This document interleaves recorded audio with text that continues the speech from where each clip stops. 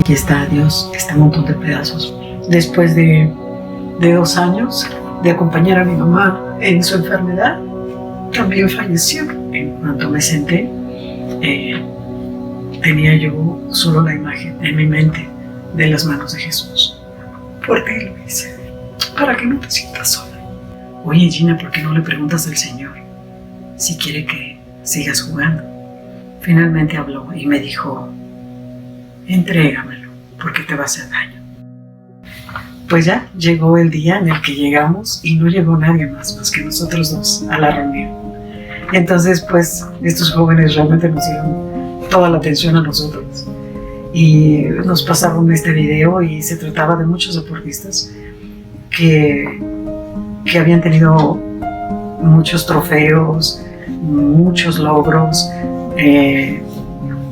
habían roto muchos récords, pero finalmente decían que nada de eso había llenado el vacío del corazón más que Cristo. Y bueno, lo escuchamos, y al final nos preguntaron de nosotros, y yo casi fui la única que hablé durante toda la noche, y fue comentando todo lo que estaba viviendo, lo que estaba sintiendo, mi madre enferma, la pérdida de mi padre, la necesidad, y lloré durante toda la noche. No pude parar de llorar, creo que fue un desahogo y algo que traía por mucho tiempo ahí guardado. Y bueno, ellos me predicaron el sacrificio de Jesús y el precio que él había pagado por mi vida, por mis culpas. Y bueno, yo siempre creí que él me había ayudado y había estado conmigo, porque si no, no hubiera podido con esas pérdidas del camino. Pero pues me comentaron que se trataba de tomar una decisión, de dejarlo todo por Cristo, de entregar la vida, el tiempo, los planes, todo debía pertenecerle a él, y eso requería una decisión de mi parte. No hubo contraargumentos. Yo les dije, bueno, si se trata de eso, aquí está. Y aquí está Dios, este montón de pedazos, porque yo me sentía un rompecabezas y Dios los recibía. A partir de ahí empecé a dar los primeros pasos con Jesús y estar mucho más consciente de su presencia. Después de 2 años de acompañar a mi mamá en su enfermedad, pues también falleció, y fue la siguiente pérdida. Y ella estaba ahí. Y pues la Biblia dice que Él es el Dios de toda consolación. Y Él me consoló. Ya con la pérdida de ella. Y bueno, pues ahora sí era huérfana de padre y de madre. Y bueno, viví la experiencia también que dice la Biblia, que cuando tu padre y tu madre te dejaren, con todo el Señor te recogerá. Y Él me recogió. Y yo sé que es padre de huérfanos.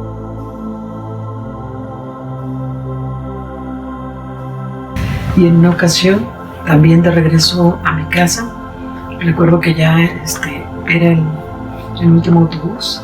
Después de entrenar, terminaba yo ya tarde. Logré subirme y todavía encontré un asiento. En cuanto me senté, tenía yo solo la imagen en mi mente de las manos de Jesús horadadas. Y solo empecé a llorar y a llorar sin parar.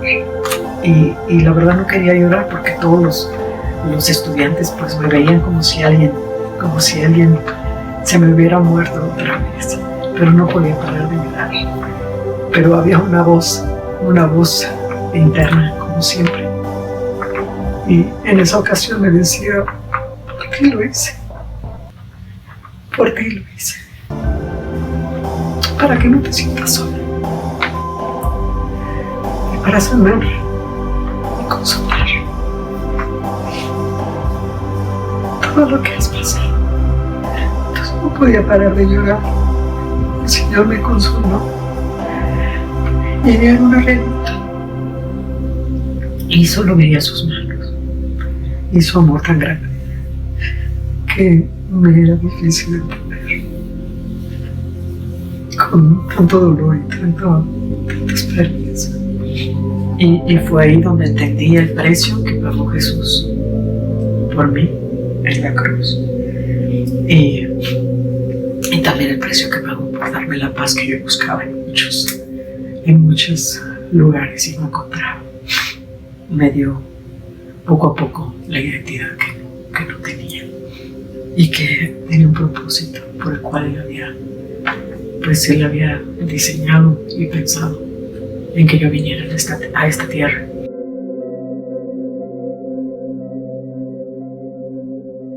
Después de esto me dediqué entonces a estudiar, a entrenar, seguí entrenando y ya yo compartía la palabra y el evangelio con los otros estudiantes en la misma universidad.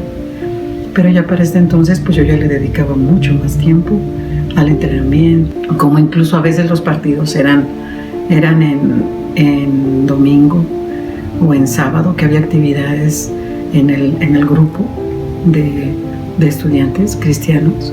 Una de las muchachas que era parte del grupo me dijo, oye Gina, ¿por qué no le preguntas al Señor si quiere que sigas jugando? Entonces yo le dije, pero ¿por qué no va a querer si no tiene nada de malo? Ella me dijo, no, solo pregúntale. Y bueno, creo que me molestó la pregunta, pero pues de regreso yo ya había, en ese día yo terminé de entrenar, las actividades en la universidad, todo, y de regreso a mi casa solo traía ese pensamiento, ¿no?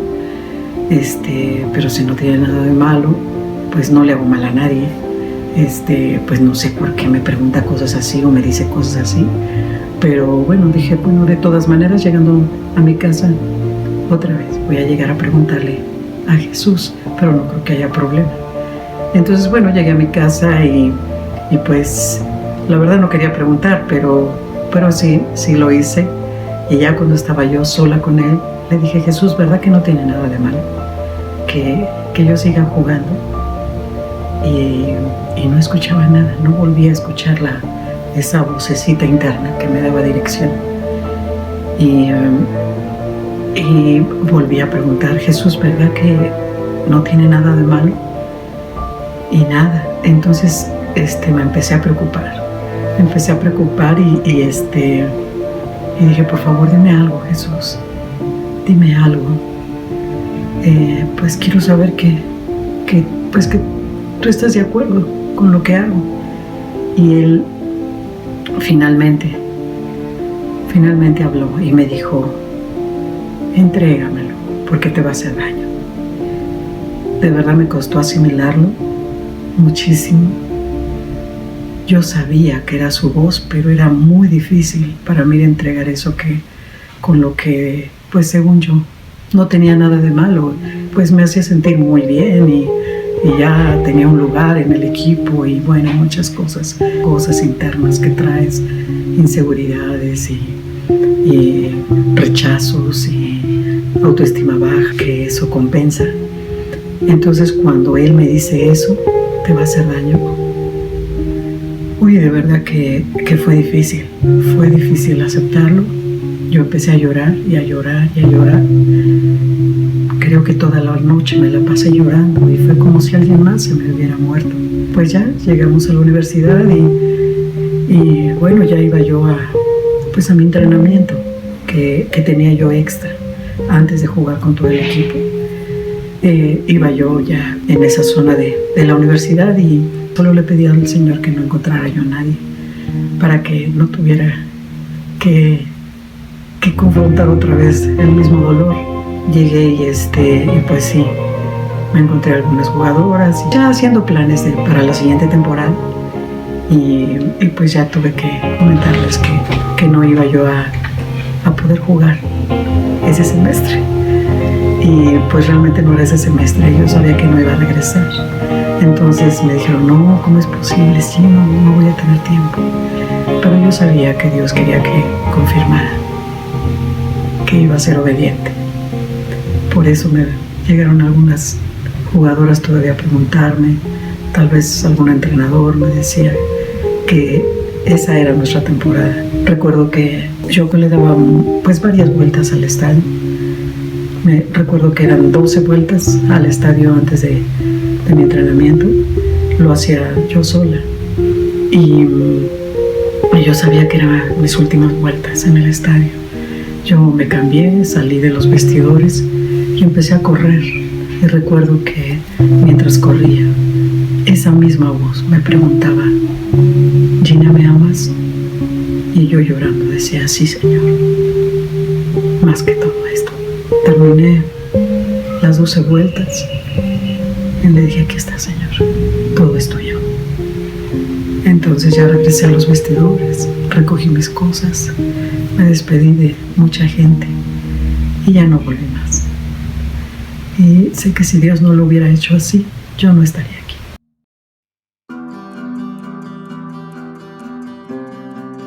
Surgió ya en ese tiempo una necesidad en el norte del país para abrir otro ministerio igual en las universidades. Y esta muchacha me comentó que se iba a ir sola y me preocupó. Entonces le dije: bueno, pues voy a orar por ti. Y cuando oro por ella y le digo: ay, Señor, pues se va sola, otra vez esa misma voz que siempre me dio dirección me dijo: no, pues no se va sola, te vas conmigo.